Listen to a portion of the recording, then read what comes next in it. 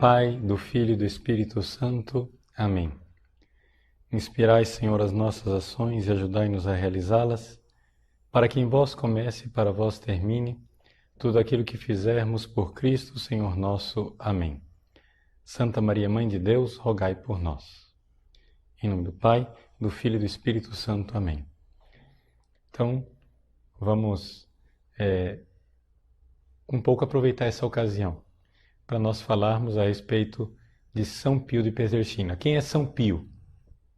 Bom, primeira coisa, por que eu, de tantos santos da Igreja, vou falar do São Pio de Pietrelcina? Porque o Padre Pio é um santo extraordinário e é, digamos assim, um homem da providência para a Igreja do século XX e XXI. Porque a Igreja Católica ela tem 2000 anos de história. Nesses 2000 anos de história, nós podemos notar que a gente lê histórias de santos ao longo dos séculos, e essas histórias de santos, elas muitas vezes são taumatúrgicas, são memórias assim, histórias de santos cheias de milagres, cheias de coisas assim extraordinárias. Pois bem, quando a gente lê aquilo lá na Idade Média, qual é a nossa tentação de homens e mulheres dos tempos modernos? É dizer, isso aí é lorota, isso daí inventaram, isso é a imaginação do homem medieval que vivia num horizonte, num mundo onde praticamente as coisas eram cheias de anjos, demônios e milagres a todo momento. Nós que já passamos para a época das luzes, da razão, nós não podemos mais cair nessa fraqueza. Pois bem, a grande verdade é que nós temos aqui, na pessoa do Padre Pio, uma pessoa que, de forma extraordinária, viveu uma vida onde a mão de Deus e os milagres aconteciam não esporadicamente, diariamente. Padre Pio viveu 81 anos de vida e foi um homem que viveu de forma extraordinária. Viveu de forma grandiosa o seu sacerdócio. Então, para quem não conhece o Padre Pio, eu vou fazer primeiro um pequeno apanhado da vida dele. E depois, se Deus nos der voz e perseverança, vou dar o significado dessa vida para nós hoje. Bom, Padre Pio ele nasceu no sul da Itália, numa cidade chamada Pietrelcina. E é por isso que ele é conhecido como Padre Pio de Pietrelcina. O nome de batismo dele era Francisco, Francesco Forgione. A família dele, desde o início, era uma família muito devota de São Francisco de Assis. E então o Padre Pio, devoto de São Francisco, quis logo na tenra infância se dedicar ao sacerdócio. E então ele entrou, ainda rapaz, entrou para a ordem dos capuchinhos. Os capuchinhos, para quem não sabe, naquela época, eram uma das ordens mais penitentes da Igreja Católica. Nós temos que entender que o fenômeno do franciscanismo, São Francisco de Assis, era na verdade um fenômeno grandemente voltado para a penitência. Quando São Francisco de Assis resolveu adotar o estilo de vida dele, dentro da sociedade medieval, ele tinha os monges, que ele não queria ser. Ele tinha os padres, que ele também não queria ser. Ele tinha os leigos, casados, que ele também não queria ser. Mas havia uma outra classe social, a ordem dos penitentes. Ou seja, as pessoas que tinham cometido os pecados, que se cobriam de sacos e faziam penitência. Então, o franciscanismo, na sua origem, ele é sobretudo digamos assim, um movimento espiritual muito, muito, muito ligado à penitência. É por causa dessa configuração com o Cristo crucificado que São Francisco teve a graça de receber também ele as sagradas estigmas, as chagas. São Francisco, rezando, recebeu impresso na sua carne as chagas de Jesus crucificado. Esse é um fenômeno interessantíssimo que aconteceu na vida de alguns santos da Igreja, a estigmatização, receber as chagas de Cristo na própria carne. São Francisco recebeu. Agora, interessante que ao longo da história da Igreja, todas as pessoas que receberam os estigmas eram leigos. E o Padre Pio é o único sacerdote na história da Igreja que recebeu os estigmas, como fundador da sua ordem São Francisco. Então, o franciscanismo era e é, não é, um fenômeno espiritual muito ligado com a penitência. E os capuchinhos, eles eram muito penitentes antes do Concílio Vaticano II. Eles viviam penitências intensas, para vocês terem ideia.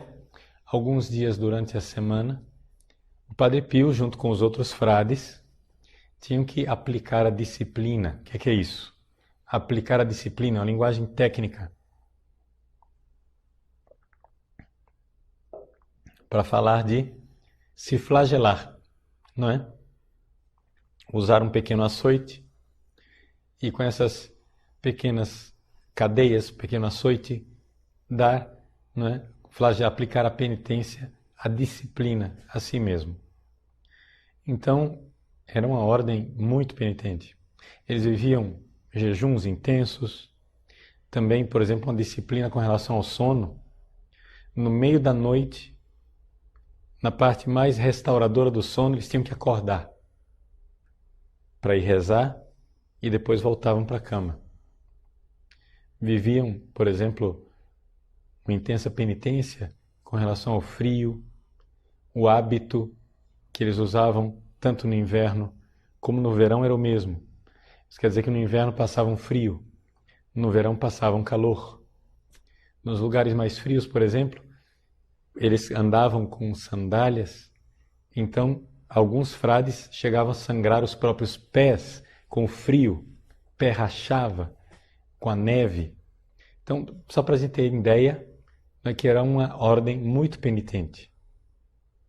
Foi nessa ordem que entrou o nosso Padre Pio. E entrou nessa ideia, entrou nessa vocação, nessa sintonia de penitência. Mas ele já vivia isso desde a sua infância. Padre Pio, de uma forma extraordinária, desde a infância, ele sempre foi visitado por Jesus, por Maria, pelos anjos, por santos, por demônios. A vida espiritual para o Padre Pio não era invisível. Ele vivia essa presença de Jesus e de Maria constantemente. De tal forma que não era para ele uma coisa extraordinária ver a Virgem Maria. Ver Jesus, ver os anjos. E isso desde a infância. Ele mesmo conta isso. Nós sabemos muita coisa secreta da vida espiritual do Padre Pio, porque o Padre Pio, durante um tempo, ele teve o diretor espiritual dele que não morava com ele na mesma casa.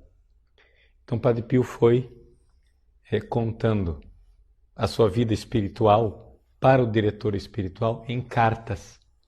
Então nós temos muita coisa, ou das cartas do Padre Pio ao seu diretor espiritual, ou do próprio diretor espiritual que anotava no seu diário suas impressões a respeito do Padre Pio.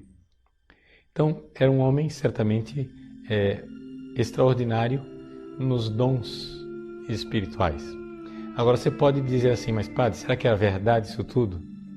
Veja, isso que o Padre Pio atestava é corroborado, não é? Pelos fenômenos dos milagres.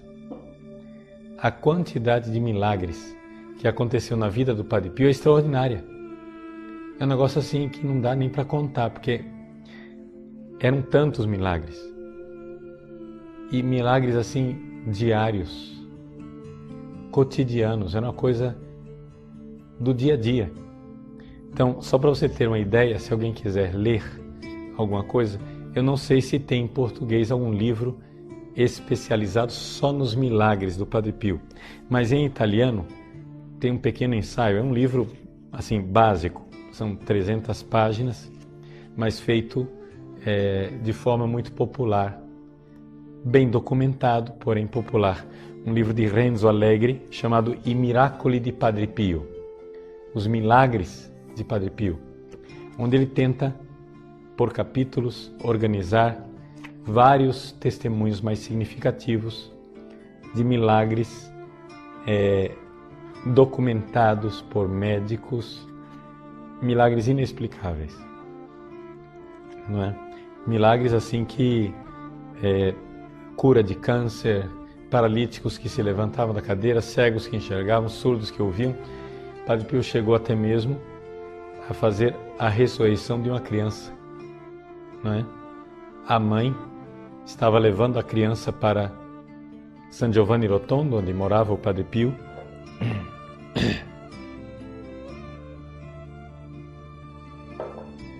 e foi levando a criança estava doente de uma forma tremenda, e no meio da viagem, no trem, a criança morreu.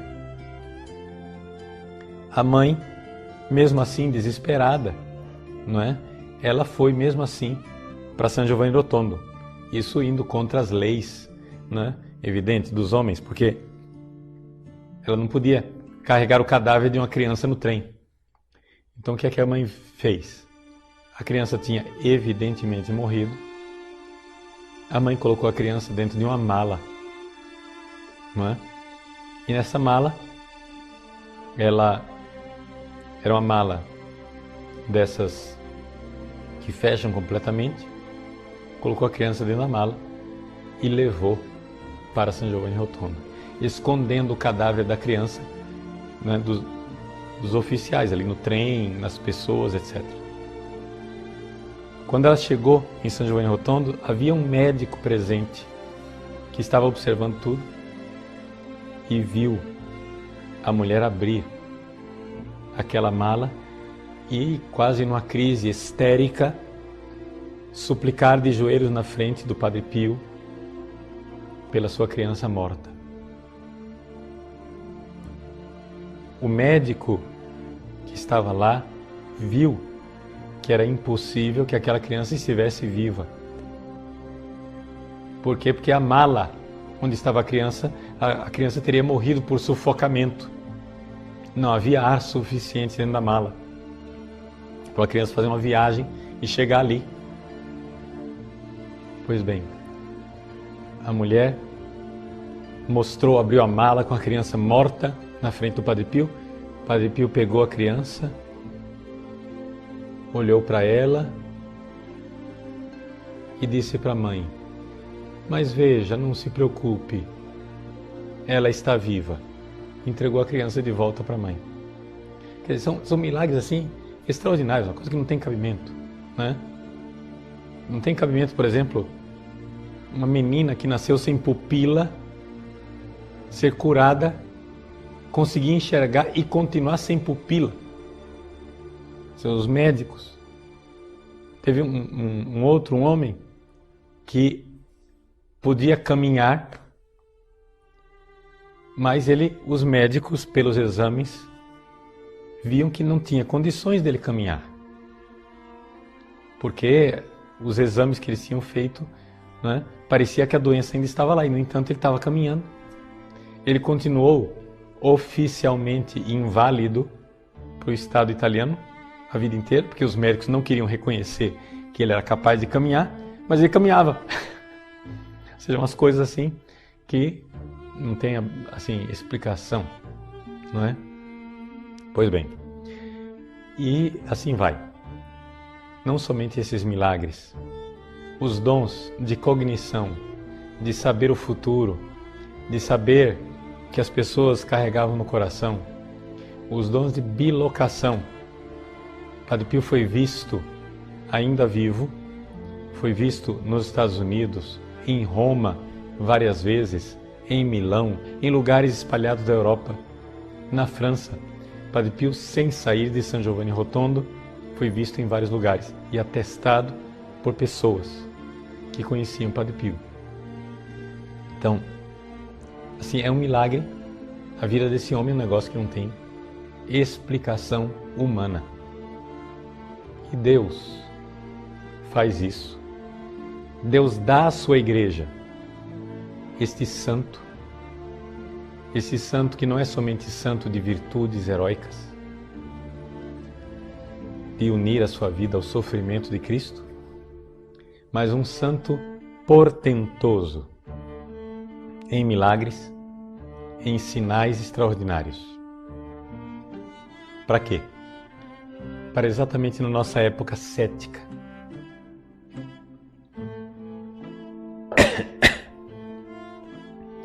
Nesse mundo em que nós não acreditamos mais em milagres, nós temos o testemunho de um sacerdote que viveu centenas de milagres iguais aos milagres que a gente ouve na narrativa dos santos do passado.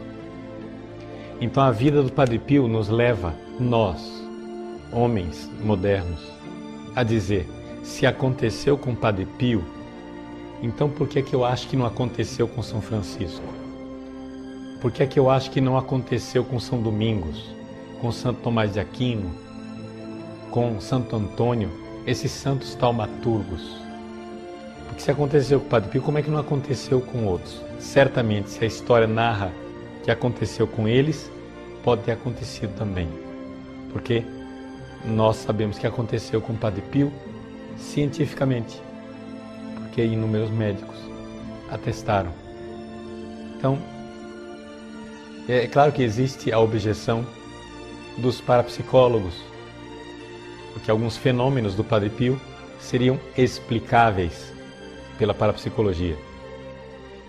Veja, seja como for, qualquer parapsicólogo vai admitir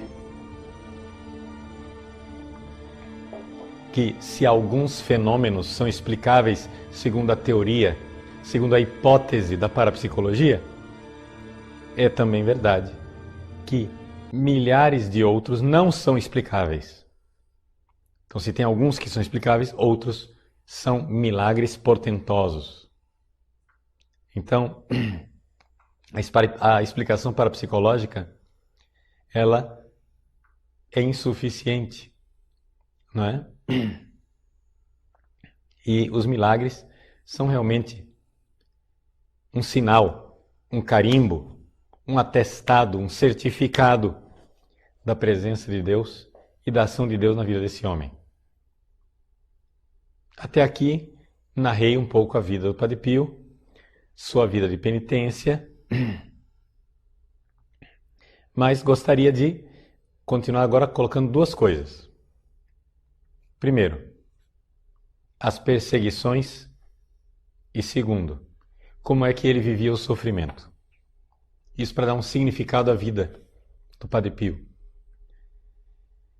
Então veja, esse homem santo, que carregava na própria carne os estigmas de Cristo, que fazia milagres, esse homem foi perseguido. Que ele fosse perseguido por cientistas ateus, né? Por gente sem fé, a gente até aceita. Que afinal, é natural que assim seja. O problema é que Padre Pio foi perseguido pela igreja. E não somente pela igreja. Por gente da alta hierarquia da igreja. O próprio bispo do Padre Pio o perseguiu. Padres do clero da diocese onde vivia o Padre Pio o perseguiram com calúnias, dizendo que esse homem santo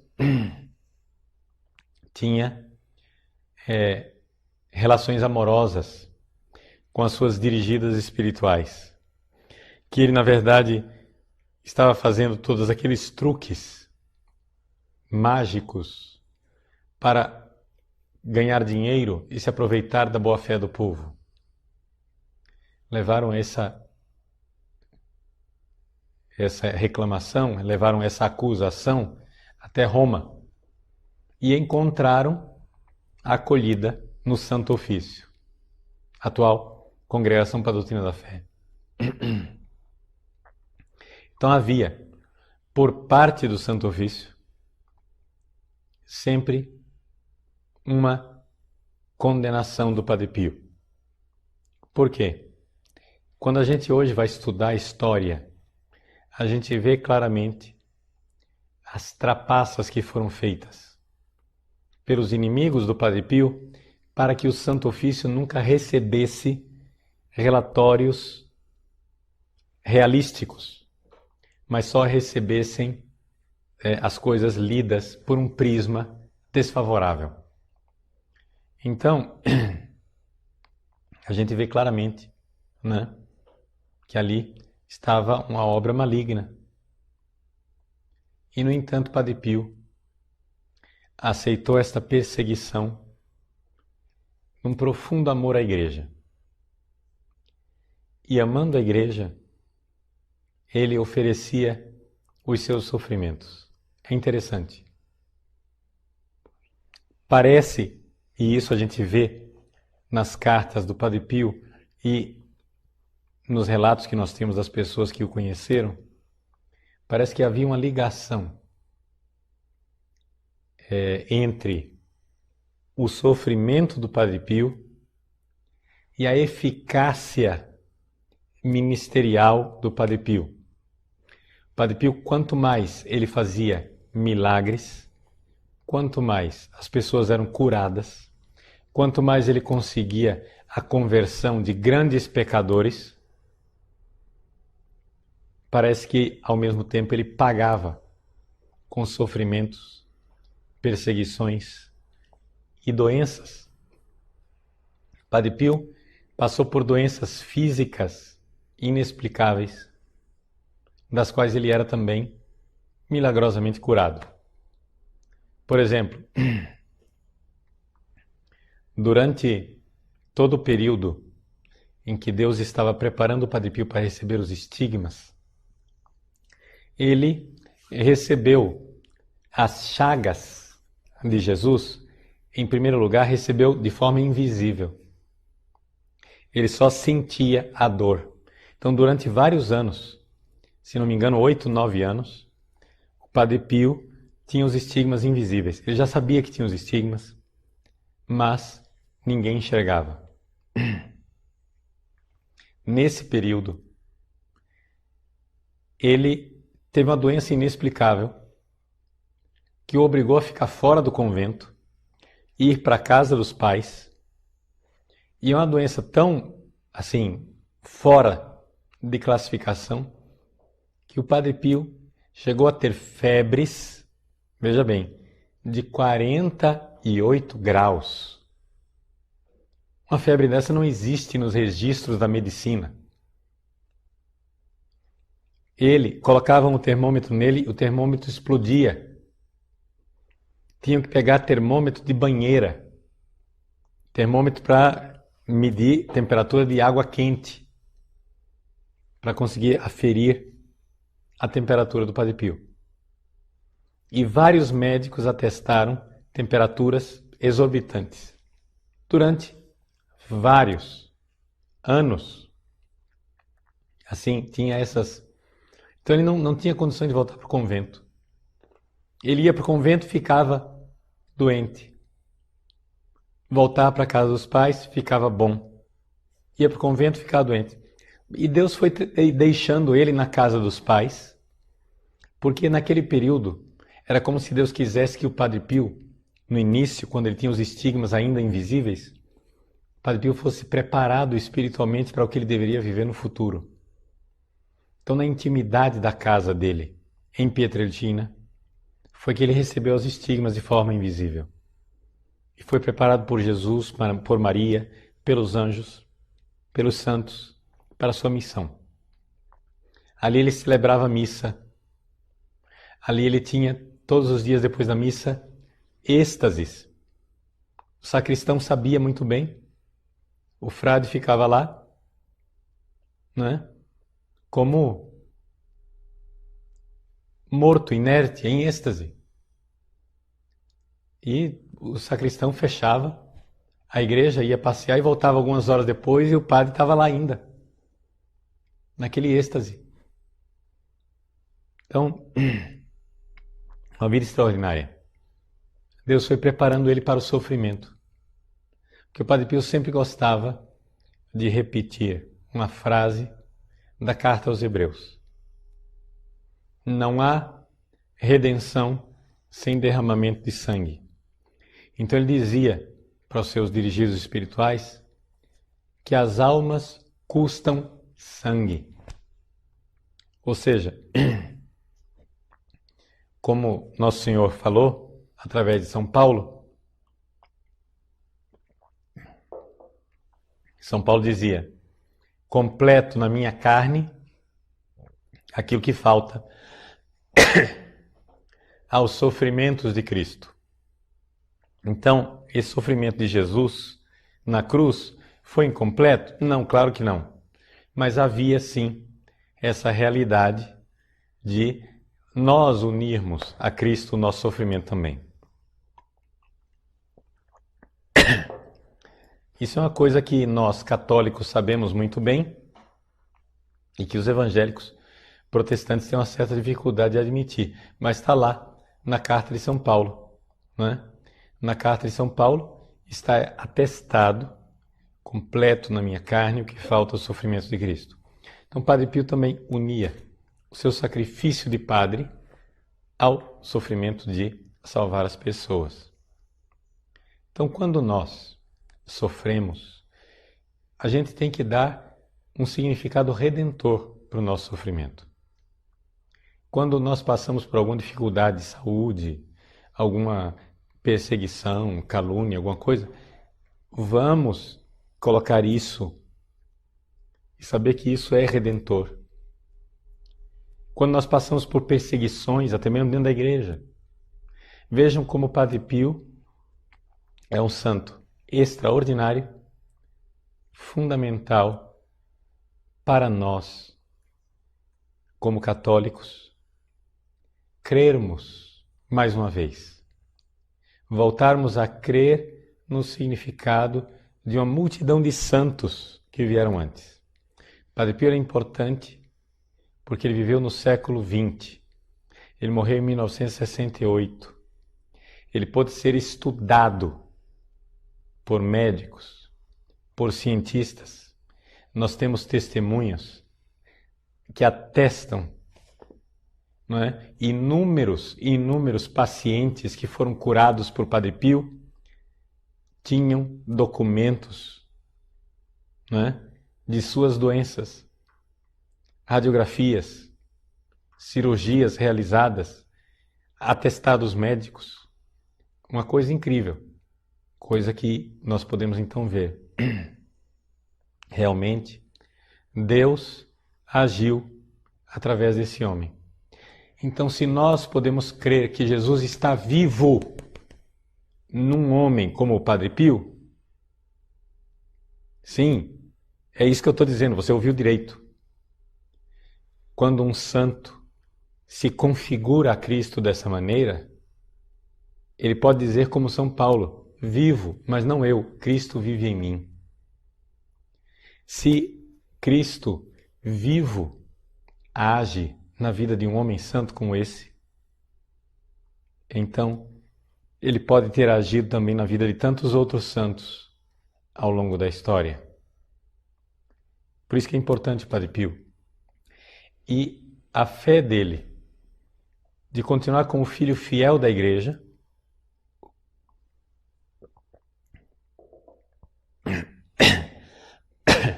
apesar de perseguido pela igreja. Isso é fundamental. Então, essa característica do Padre Pio de ser um grande taumaturgo, de você ver que ali a mão de Deus passou. Deus tocou aquele homem e arrebatou o coração dele e não deixou nada. Não deixou nenhum apego ao mundo. Transformou e realmente o configurou a Cristo. E agiu e fez de forma portentosa. Ver esse modelo brilhante, extraordinário para nós, para mim, para você. Exatamente na época em que nós temos uma crise. Crise de modelo sacerdotal, porque os padres perderam a noção do que é o sacerdócio, como vivia o Padre Pio no altar e no confessionário. No altar e no confessionário. Claro, um homem também dinâmico, socialmente falando. Fez a Casa Solievo della Sofferenza um hospital, que hoje é um dos hospitais mais desenvolvidos da Europa. Tudo isso por ação social, para ajudar os pobres, ajudar as pessoas que não tinham condições de auxílio médico, não é? E assim por diante. Um homem que tinha um engajamento com os pobres, que vivia a pobreza, vivia no altar, vivia no confessionário, era um verdadeiro sacerdote. Isso é extraordinário para nós, importantíssimo. Nesse mundo em que a gente não sabe mais como ser padre. Depois outra coisa importante. Amor à igreja. Saber lidar com a igreja que passava por um tempo de crise terrível. Padre Pio viveu os anos que seguiram o Vaticano II e viveu ali o início de todos os tumultos que vieram depois do concílio. Permaneceu firme, permaneceu fiel à igreja, um homem, sem dúvida alguma, que é exemplo para todos nós.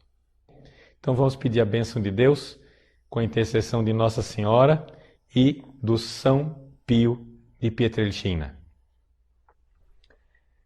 O Senhor esteja convosco, Ele está no meio de nós. Debaixo da vossa proteção, nos refugiamos, Santa Mãe de Deus. Não desprezeis as nossas súplicas em nossas necessidades, mas livrai-nos sempre de todos os perigos, ó Virgem gloriosa e bendita. E a bênção de Deus Todo-Poderoso, Pai, Filho e Espírito Santo desça sobre vós, permaneça para sempre. Amém.